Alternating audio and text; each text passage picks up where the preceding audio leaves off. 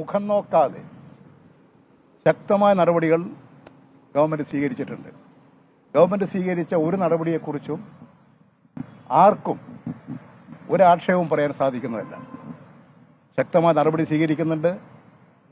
അതിനനുസരിച്ചുകൊണ്ടുള്ള police നടപടികളും സ്വീകരിച്ചു കഴിഞ്ഞിട്ടുണ്ട്.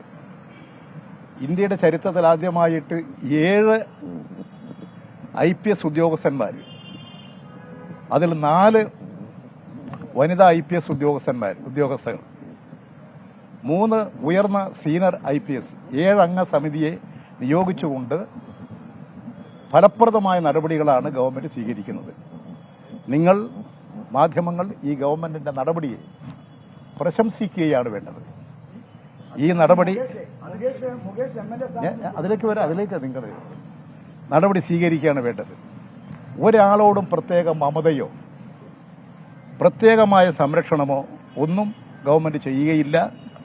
നീതിപൂർവമായ തെറ്റുകൾക്കെതിരെ ശക്തമായ നടപടി. ആര് തെറ്റ് ചെയ്താലും അത് തെറ്റ് തന്നെയാണ്. ആ തെറ്റുകൾക്ക് അതിനനുസരിച്ചിട്ടുള്ള ശിക്ഷയും ഉണ്ടാകും, നടപടിയും ഉണ്ടാകും.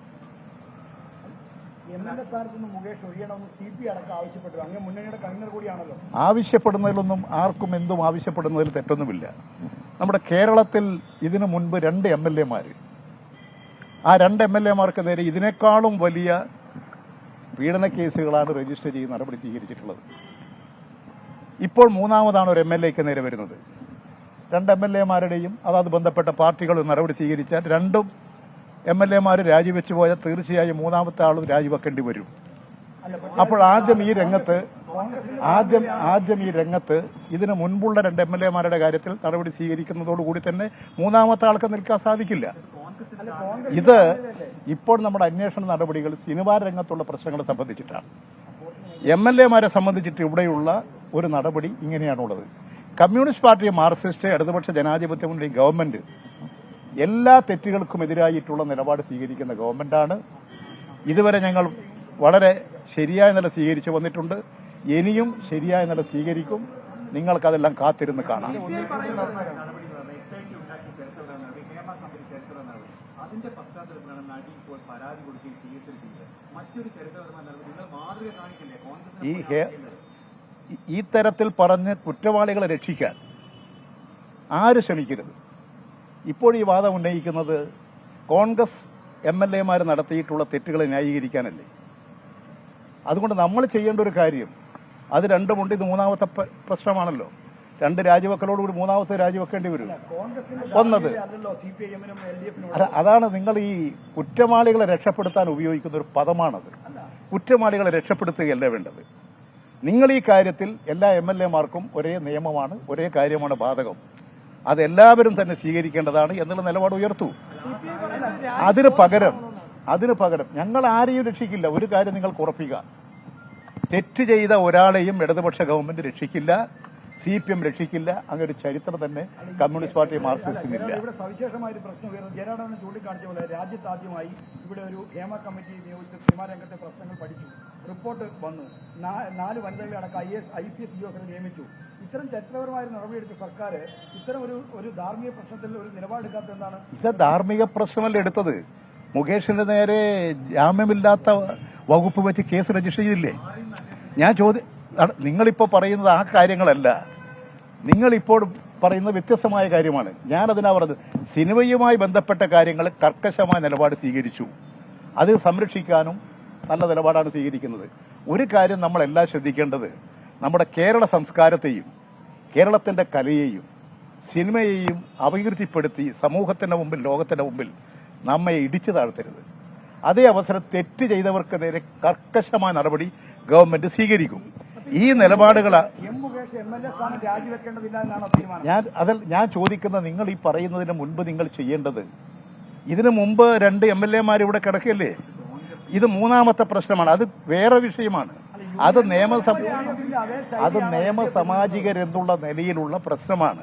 ഇപ്പോൾ സിനിമയുമായി ബന്ധപ്പെട്ട കാര്യത്തിൽ ശക്തമായ നടപടി സ്വീകരിച്ചു.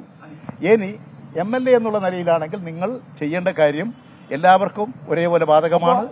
ഇത് വഴി രാജിയില്ല, MLA സ്ഥാനത്ത് രാജി. ഞാൻ ഇപ്പൊ നിങ്ങളുടെ രാജിയുടേതല്ലല്ലോ ഇപ്പോഴത്തെ പ്രശ്നം. അതാണ് പ്രശ്നം. സിനിമ അല്ല, അത് നിങ്ങൾ രാജിയാണ് നിങ്ങൾ ഉന്നയിക്കുന്നതെങ്കിൽ നിങ്ങൾ ആദ്യം ഉന്നയിക്കേണ്ടത്, നിങ്ങൾ രാജിയാണ് ഒരു MLA ചെയ്ത തെറ്റിന്റെ മേലെ സ്വീകരിക്കേണ്ടതെങ്കിൽ നിങ്ങൾ ആദ്യം ചെയ്യേണ്ടത് ഇതിന് മുൻപുണ്ടായിട്ടുള്ള 2 MLA മാർ രാജിവെക്കണം എന്ന വാദം നിങ്ങൾ ഉന്നയിക്കാതെ അത് മറച്ചുവെച്ച് അത് അല്ല, രണ്ടും രണ്ടല്ല. ഇത് ഹേമ കമ്മിറ്റിയുടെ റിപ്പോർട്ടിന്റെ അടിസ്ഥാനത്തിലല്ല. ഹേമ കമ്മിറ്റി റിപ്പോർട്ടിൽ അതിന്റെ അടിസ്ഥാനത്തിലല്ല ഇപ്പൊ കേസ്, വെളിപ്പെടുത്തലിന്റെ അടിസ്ഥാനത്തിലാണ്. ഈ ഹേമ കമ്മിറ്റി റിപ്പോർട്ട് തന്നെ കേരളത്തിന്റെ ചരിത്രത്തിലെ ഏറ്റവും ഉയർന്ന നിലപാട് സ്വീകരിച്ചത് കൊണ്ടാണ്. ആ കമ്മിറ്റി മുമ്പാകെ തന്നെ 2 കാര്യങ്ങൾ പറഞ്ഞിട്ടുണ്ട്, തുറന്ന് കാര്യങ്ങൾ പറഞ്ഞിട്ടുണ്ട് സ്ത്രീകൾ നടിമാര്. അതോടൊപ്പം തന്നെ ചിലര് ഇത് വെളിപ്പെടുത്താൻ പാടില്ല. അതിന്റെ അടിസ്ഥാനത്തിൽ ഈ ഹേമ കമ്മിറ്റിയിൽ തന്നെ എഴുതി വെച്ചു, ഇതങ്ങനെ വെളിപ്പെടുത്തരുത്, ഇത് ഒരാളുടെ സ്വകാര്യ ജീവിതത്തെ ബാധിക്കുന്നതാണ്, തകർക്കുന്നതാണ്. കോടതിയുടെ നടപടികളുണ്ടായി, ഇനിയും കോടതിയുടെ നടപടികൾ വരട്ടെ. ഹേമ കമ്മിറ്റി റിപ്പോർട്ടിന്റെ അടിസ്ഥാനത്തിൽ കോടതി നടപടികൾക്കനുസരിച്ച് ആവശ്യമായ നടപടികൾ കൈക്കൊള്ളും. ഒന്ന്. രണ്ടാമത്തത്, കേരളത്തിന്റെ ചരിത്രത്തിൽ MLA മാരുടെ പ്രശ്നമാണെങ്കിൽ എല്ലാ MLA മാർക്കും ഈ നിയമങ്ങളും ചട്ടങ്ങളും ഒക്കെ ബാധകമാണ്. അതിന്റെ അടിസ്ഥാനത്തിൽ ഏറ്റവും ശരിയായിട്ടുള്ള നിലപാട് കമ്മ്യൂണിസ്റ്റ് പാർട്ടി മാർക്സിസ്റ്റ് സ്വീകരിക്കും. അത് അല്ല, നിങ്ങൾ ആദ്യം പറയേണ്ടത് ഇതാണോ? നിങ്ങൾ എന്താ പറയാത്തത്?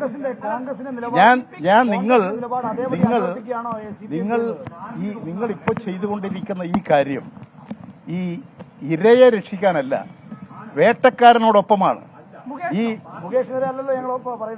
അതുകൊണ്ടാണ് ഞാൻ പറയുന്നത്, എന്തുകൊണ്ട് നിങ്ങൾ ഇതിന് മുമ്പ് 2, ഇത് മൂന്നാമത്തത്. 2 അങ്ങ് രാജിവെച്ചാൽ മൂന്നാമത്തെ രാജിയാവും. നിങ്ങൾ അതിനെ പറ്റി പറയൂ. അത്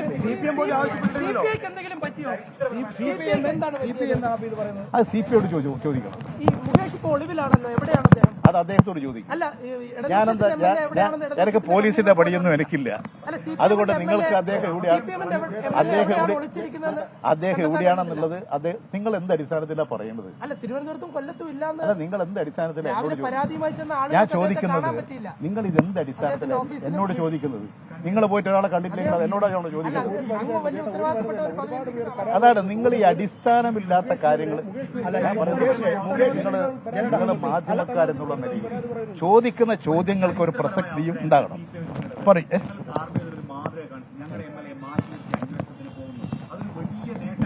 കമ്മ്യൂണിസ്റ്റ് പാർട്ടി മാർക്സിസ്റ്റ് മാതൃകാപരമായി എല്ലാ നടപടികളും സ്വീകരിക്കും. ഉന്നതമായ നിലപാട് തന്നെ സ്വീകരിക്കും. ഇപ്പൊ സ്വീകരിച്ചുകൊണ്ടിരിക്കുകയാണ്. നിങ്ങൾ കാത്തിരിക്കൂ. നിങ്ങൾ പറയുമ്പോൾ തന്നെ കാര്യങ്ങൾ ചെയ്യണമെന്നാണ്.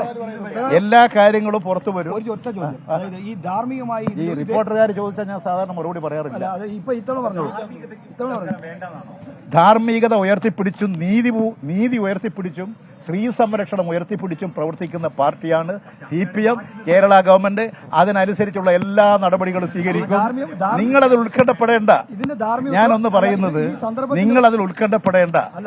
ഈ ഗവൺമെന്റ് ശരിയേ ചെയ്യൂ. നിങ്ങൾ കാത്തിരിക്കും.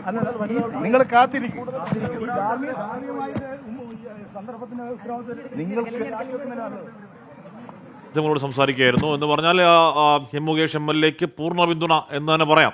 എം മുകേഷ് MLAക്ക് MLA സ്ഥാനത്തേക്ക് രാജിവെക്കുമെന്ന് ചോദ്യത്തിന് അങ്ങനെയാണെങ്കിൽ 2 കോൺഗ്രസ് MLA മാർ രാജിവെക്കേണ്ടതുണ്ട് എന്നടക്കമുള്ള നല്ല അതിശക്തമായ പ്രതിരോധ കോട്ട തീർക്കുകയാണ് EP ജയരാജൻ. അത് CPMന്റെ പ്രതിരോധ കോട്ടയാണോ, EP ജയരാജന്റെ വ്യക്തിപരമായ പ്രതിരോധ കോട്ടയാണോ എന്നതടക്കമുള്ള കാര്യങ്ങൾ വരും മണിക്കൂറുകളിലെ രാഷ്ട്രീയ ആകാംക്ഷയാണ്. രാഷ്ട്രീയ പ്രതിഷേധത്തിന്റെ വേദിയാകാൻ പോകുന്നു മുകേഷ് MLAയുടെ കാര്യത്തിൽ കേരളം.